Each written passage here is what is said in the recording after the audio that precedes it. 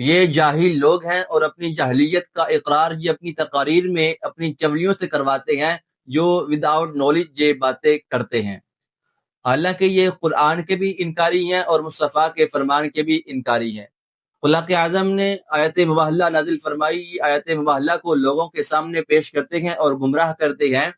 کہ دیکھو آیت مباہلہ نازل ہوئی اور نساء انا کا مصداق حضرت فاطمہ زہرا رضی اللہ تعالی عنہا تھی، اس لیے کہ حضور کی ایک صاحبزادی تھی تو ایک ہی مباہلہ میں آئی۔ اور خلاق اعظم نے یہاں پر نساء انا جمع کا صیغہ استعمال کیا ہے،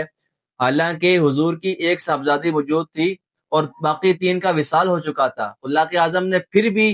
جمع کا صیغہ استعمال کیا کیونکہ خلاق اعظم علام الغیوب ہے، اس کو اس بات کا علم تھا کہ مستقبل میں کچھ ایسے نمونے، ایسے چول لوگ آئیں گے جو حضور کی صاحبزادیوں کے وجود کا انکار کر دیں گے، اور جمع کا صیغہ استعمال کر کے قیامت تک کے آنے والے تمام مسلمانوں کو اللہ رب العزت نے بتا دیا کہ اے مسلمانوں میرے حبیب کی چار بیٹیاں ہیں، مباہلہ میں چار نہیں آئی، ان کا مطلب یہ نہیں کہ وہ چار نہیں ہیں، ایک بیٹی آئی جو زندہ تھی، باقی تین کا وصال ہو چکا تھا اس لیے وہ نہیں آئی۔ حضرت رقیہ رضی اللہ تعالی عنہ آپ کا وصال 2 ہجری میں ہو چکا تھا، اور حضرت زینب رضی اللہ تعالی عنہ آپ کا وصال 8 ہجری میں ہو چکا تھا۔ حضرت ام کلثوم آپ کا وصال 9 ہجری میں ہو چکا تھا، حالانکہ مباہلہ جو ہوا وہ 10 ہجری میں ہوا۔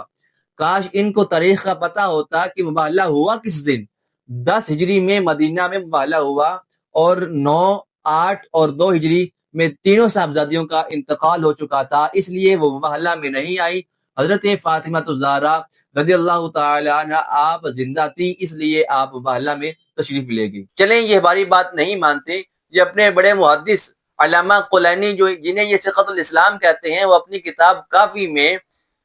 جلد نمبر 1 صفحہ نمبر 439 پر یہ بات لکھتے ہیں کہ حضور صلی اللہ علیہ وسلم کی 4 صاحبزادیاں حضرت خدیجہ سے پیدا ہوئیں، اور انہوں نے باقاعدہ طور پر ان کے نام لکھے ہیں، زینب، رقیہ، ام کلثوم، فاطمہ زہرا رضی اللہ تعالی عنہما، آپ نے باقاعدہ طور پر نام لکھے ہیں۔ چلیں یہ ان کی بات تو مانے، یہ تو ان کے بڑے محدث ہیں، بڑے مفسر ہیں، یہ بڑے عالم ہیں ان شیعوں کے۔ آپ یہ بات سمجھ لیں، قرآن کا فیصلہ ہے، مصطفیٰ کے فرمان کا فیصلہ ہے، اور ہماری سنی کتب میں اور ان کی شیعہ کی تمام کتب میں یہ بات موجود ہے کہ حضور صلی اللہ علیہ وسلم کی 4 بیٹیاں تھیں، اور